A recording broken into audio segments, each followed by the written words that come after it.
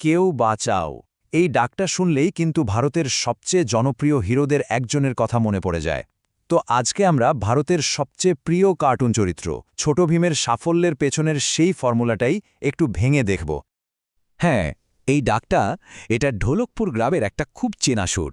আর এই ঢোলকপুরই হল ভারতের অন্যতম জনপ্রিয় কার্টুন ছোট ভীমের দুনিয়া। আজকে কিন্তু আমরা শুধু গল্প বলতে আসিনি, বরং আমরা শোয়ের বিভিন্ন দৃশ্য দিয়ে ছোট ভীমের পুরো দুনিয়াটাকে ডিকোড করার চেষ্টা করব, বোঝার চেষ্টা করব ঠিক কী কারণে এই শোটা একটা সাধারণ কার্টুন থেকে কালচারাল ফেনোমেনন হয়ে উঠল। চলুন এক নজরে দেখে নেই আমাদের আজকের আলোচনার বিষয়গুলো। আমরা প্রথমে ঢোলকপুরকে চিনব, তারপর এর হিলো ফর্মুলা, বিভিন্ন সমস্যা, চরিত্রগুলো, আর সবশেষে দেখব কেন এই ফর্মুলাটা এত ভালো কাজ করে। বেশ, তাহলে শুরু করা যাক। তো সবার আগে চলুন ঢোলকপুরের জগতে। এমন এক দুনিয়া যেখানে ছোট ছোট বাচ্চারা আছে, প্রচুর প্রতিযোগিতা হয়, আর আছে অনেক অনেক লাড্ডু। এখানকার জীবনটা মানে বেশ সহজ সরল। একদিকে যেমন শৈশবের বন্ধুত্ব আর খুনসুটি আছে, তেমনি গ্রামের নানা রকম প্রতিযোগিতা, আবার হঠাৎ করে ঘটে যাওয়া সব জাদুকরী ঘটনাও আছে। আর হ্যাঁ, সব কিছুকে ছাপিয়ে আছে লাড্ডুর জন্য একটা অদ্ভুত ছোটাছুটি। এখন আসল কথায় আসা যাক। এই শোয়ের সবচেয়ে মজার দিক হল এর গল্পগুলো একটা নির্দিষ্ট ছকে বাঁধা, আর সেই ছকটা এতটাই সফল যে কি হতে চলেছে তা অনুমান করা গেলেও এর আকর্ষণ একটুও কমে না। এই ফর্মুলাটাকে আমরা বলতে পারি ছোট ভীম ফর্মুলা। মানে প্রায় প্রত্যেকটা এপিসোডেই দেখবেন একটা সমস্যা আসে, ঢোলকপুরে শান্তি নষ্ট হয়, আর তারপর তাদের হিরো ভীম এসে সবকিছু আগের মতো ঠিক করে দেয়।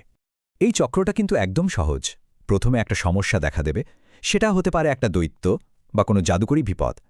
তারপরই গ্রামবাসীরা বা ভীমের বন্ধুরা বিপদে পড়বে, আর ঠিক তখনই এন্ট্রি নেবে ভীম, যে তার শক্তি আর বুদ্ধি দিয়ে সব ঠিক করে দেবে। ব্যাস, ঢোলকপুর আবার আগের মতোই শান্ত।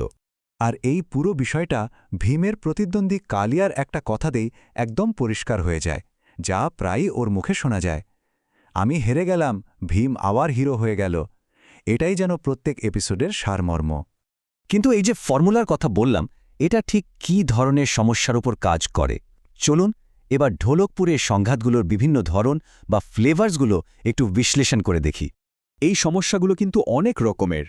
কখনো দেখবেন মন্ড্রিয়ানের মতো কোনো জাদুকর এসে সবাইকে বাক্সে বন্দি করে ফেলছে, আবার কখনো ঢোলু ভোলুর মতো দুষ্টু বাচ্চারা টুনটুন মাসির লাড্ডু চুরি করার জন্য ফন্দি আটছে। এমনকি জঙ্গলে চোরাশিকারির মতো বাস্তব বিপদও কিন্তু ভীমকে সামলাতে হয়। একটা ছোট্ট তুলনা করলেই ব্যাপারটা আরও পরিষ্কার হবে। ধরুন, একদিকে আছে মড্রিয়ানের মতো জাদুকরী বিপদ, যেখানে ভীমকে একটা ম্যাজিক্যাল পাজল বক্স সমাধান করতে হচ্ছে, আর অন্যদিকে আছে ঢোলুভোলুর মিষ্টি চুরির মতো সাধারণ দুষ্টুমি, যেখানে ভীমকে একটা চালাক প্ল্যান বানাতে হচ্ছে। শোটা এই দুই ধরনের সমস্যাকেই দারুণভাবে ব্যালেন্স করে। এই যে হিরো ফর্মুলা, এটা কিন্তু কয়েকটা খুব সহজ আর মনে রাখার মতো চরিত্রের উপর দাঁড়িয়ে আছে। চলুন এবার ভীমের জগতের এই চরিত্রগুলোকে একটু চিনে নেওয়া যাক। সবার প্রথমে অবশ্যই আমাদের নায়ক ভীম, শক্তিশালী, দয়ালু আর অপরাজেয়।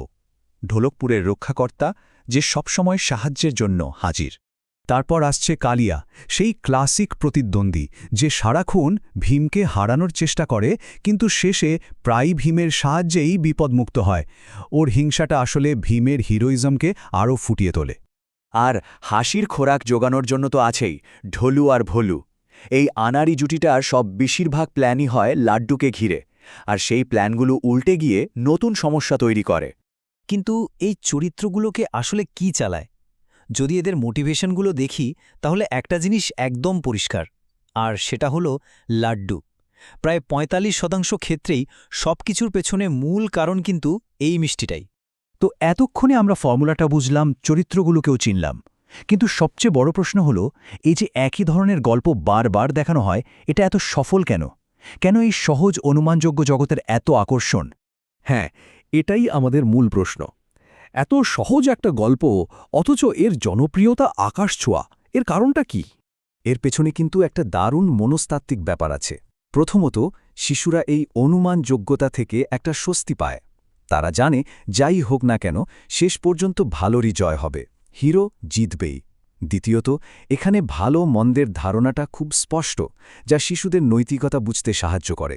আর সবশেষে ভীম তাদের একটা ফ্যান্টাসি দেয়, যে কোনো সমস্যা সমাধান করে ফেলার ক্ষমতা। মানে দিন শেষে মূল কথাটা হলো ছোট ভীম খুব সহজ কিন্তু শক্তিশালী কিছু বার্তা দেয়, যেমন বন্ধুত্বই আসল, ছলচাতুরি করে লাভ হয় না, আর একজন সত্যিকারের হিরো সবসময় দুর্বলদের পাশে দাঁড়ায়। আর এই সব কিছু আমাদের একটা চূড়ান্ত ভাবনার দিকে নিয়ে যায়। এই ধরনের গল্পগুলো আমাদের বীরত্বের ধারণা সম্পর্কে কি বলে, আর একটা শিশুর চোখে একজন পারফেক্ট বা নিখুঁত নায়কের ছবিটা ঠিক কেমন।